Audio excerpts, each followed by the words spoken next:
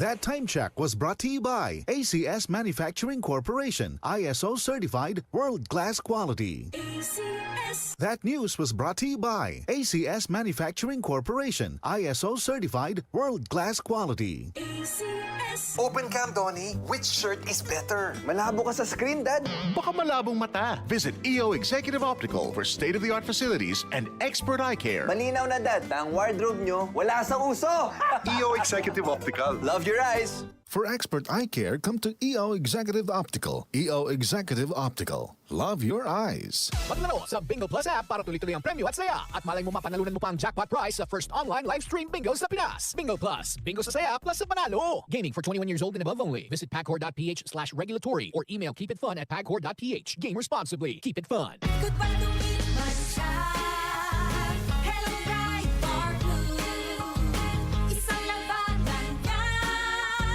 Bright bar blue. Pride Bar Blue with powerful stain-away enzymes. Malupit magtanggal ng dumit mancha pero di masakit sa kamay. Goodbye to meet my child. Hello, bright bar blue.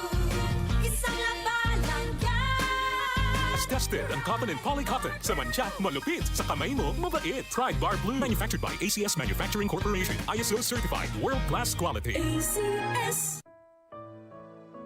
Pagbasa sa Aklat ng Kawikaan, Kabanata 13, Talata 1 hanggang 25. Ang anak na may unaway nakikinig sa kanyang ama, ngunit walang halaga sa palalo ang paalala sa kanya. Natatamo ng mabuti ang bunga ng kanyang kabaitan, ngunit ang ninanasan ng masama ay puro karahasan. Ang maingat magsalita ay nag-iingat sa kanyang buhay, ngunit ang taong madaldal ay nasasadlak sa kapahamakan. Ang tamad ay nangangarap ngunit hindi natutupad, ang hangarin ng masikap ay laging nagaganap. Ang taong matuwid ay namumuhi sa kasinungalingan, ngunit ang salita ng masama ay nakakahiyang pakinggan. Ang mabuti iniingatan ng kanyang katuwiran, ngunit ang masamay ipinapahamak ng likong pamumuhay. May taong nagkukunwang mayaman subalit wala naman, ngunit ang iba'y nag-aayos mahirap bagaman sila ay mayaman. Ang yaman ng isang tao ay pantubo sa kanyang buhay, ngunit sa isang mahirap, ito ay hindi nakababahala. Ang matuwid ay tulad ng maningning na ilaw, ngunit ang masama ay lamparang namamatay. Ang kapalaluan ay nagbubunga ng kaguluhan, ngunit ang pakikinig sa payo ay nagbabadya ng karunungan. Ang kayamanang tinamo sa daya ay madaling nawawala, ngunit ang kayamanang pinaghirapan ay pinagpapala. Ang matagal na paghihintay ay nagpapahina ng kalooban,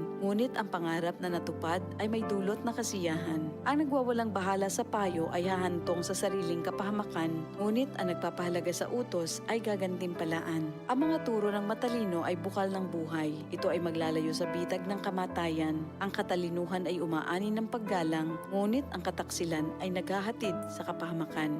Ang katalinuhan ng isang tao ay nakikita sa kanyang gawa. Sa kilos ay nakikilala ang taong walang unawa. Ang masamang tagapagbalita ay lumilikha ng kaguluhan, ngunit ang mabuting tagapamagitan ay lumulutas ng alitan. Kahihiyan ng kasasadlakan ng hindi nakikinig sa saway, ngunit ang tumatanggap ng payo ay mag-aani ng karangalan. Ang pangarap na natupad ay may dulot na ligaya, ngunit ayaw iwan ng masama ang kasamaan niya. Ang nakikisama sa may unawa ay magiging matalino, ngunit ang kasama ng mangmang ay masusuong sa gulo. Ang hinaharap ng masama ay kahirapan sa buhay, ngunit sagana ang pagpapalang sa matuwid ay naghihintay.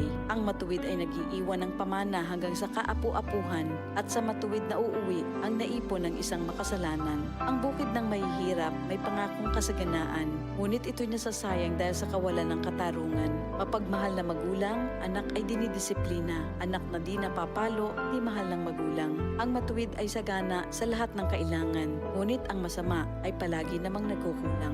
Ito ang salita ng Diyos.